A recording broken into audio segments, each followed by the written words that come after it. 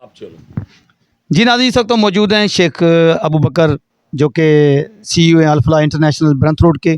आइए उनसे जानते हैं कि मौजूदा हालात जो है महंगाई के हवाले से वो आज हमारे DN न्यूज़ को अपना क्या पैगाम देते हैं। जी अस्सलाम वालेकुम। वालेकुम अस्सलाम। जी भाई साहब, हालात तो इस तरह हैं कि जिस तरह हम अपने बड़ों से सुनते थे तो पिछले 50-60 साल से वही हालात हैं, महंगाई का रोना और वो सारा कुछ वही मामलात हैं। कभी फ़लाँ चीज़ महंगी हो गई, तो कभी खाने पीने की चीज़ें, तो कभी कंस्ट्रक्शन की, तो कभी रॉ मटेरियल्स महंगे हो गए, कभी डॉलर महंगा हो गया, कभी बिजली। तो वो बस उसी तरह चल रहे हैं, आवाम रोती है और हालात उसी तरह चलते हैं। क्या मैसेज देना चाहते हैं हमारे जो हुक्मरान हैं उनको? देखिए जी, हुक्मरान जितने भी हैं सबसे उम्मीदें लगा चुके हैं।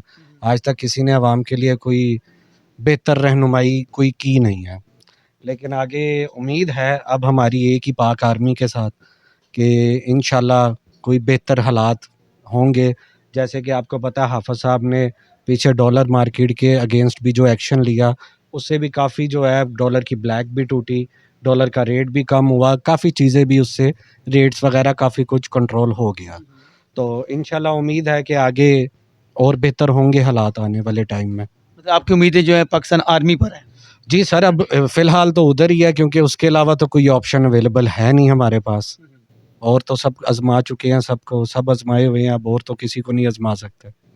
जी नाज़रीन, शेख अबू बकर साहब का कहना है कि तमाम सियासतदानों को हमने परख लिया, सबको हमने देख लिया, लेकिन इस वक्त जो महंगाई के हवाले से पाकिस्तान में जो चल रहा है इस वक्त सिस्टम जो है, हमारी सबसे अब आखिरी उम्मीद जो है ना हाफिज़ हमारे जो चीफ़ ऑफ आर्मी स्टाफ हैं आसिम मुनीर साहब, उनके ऊपर हैं।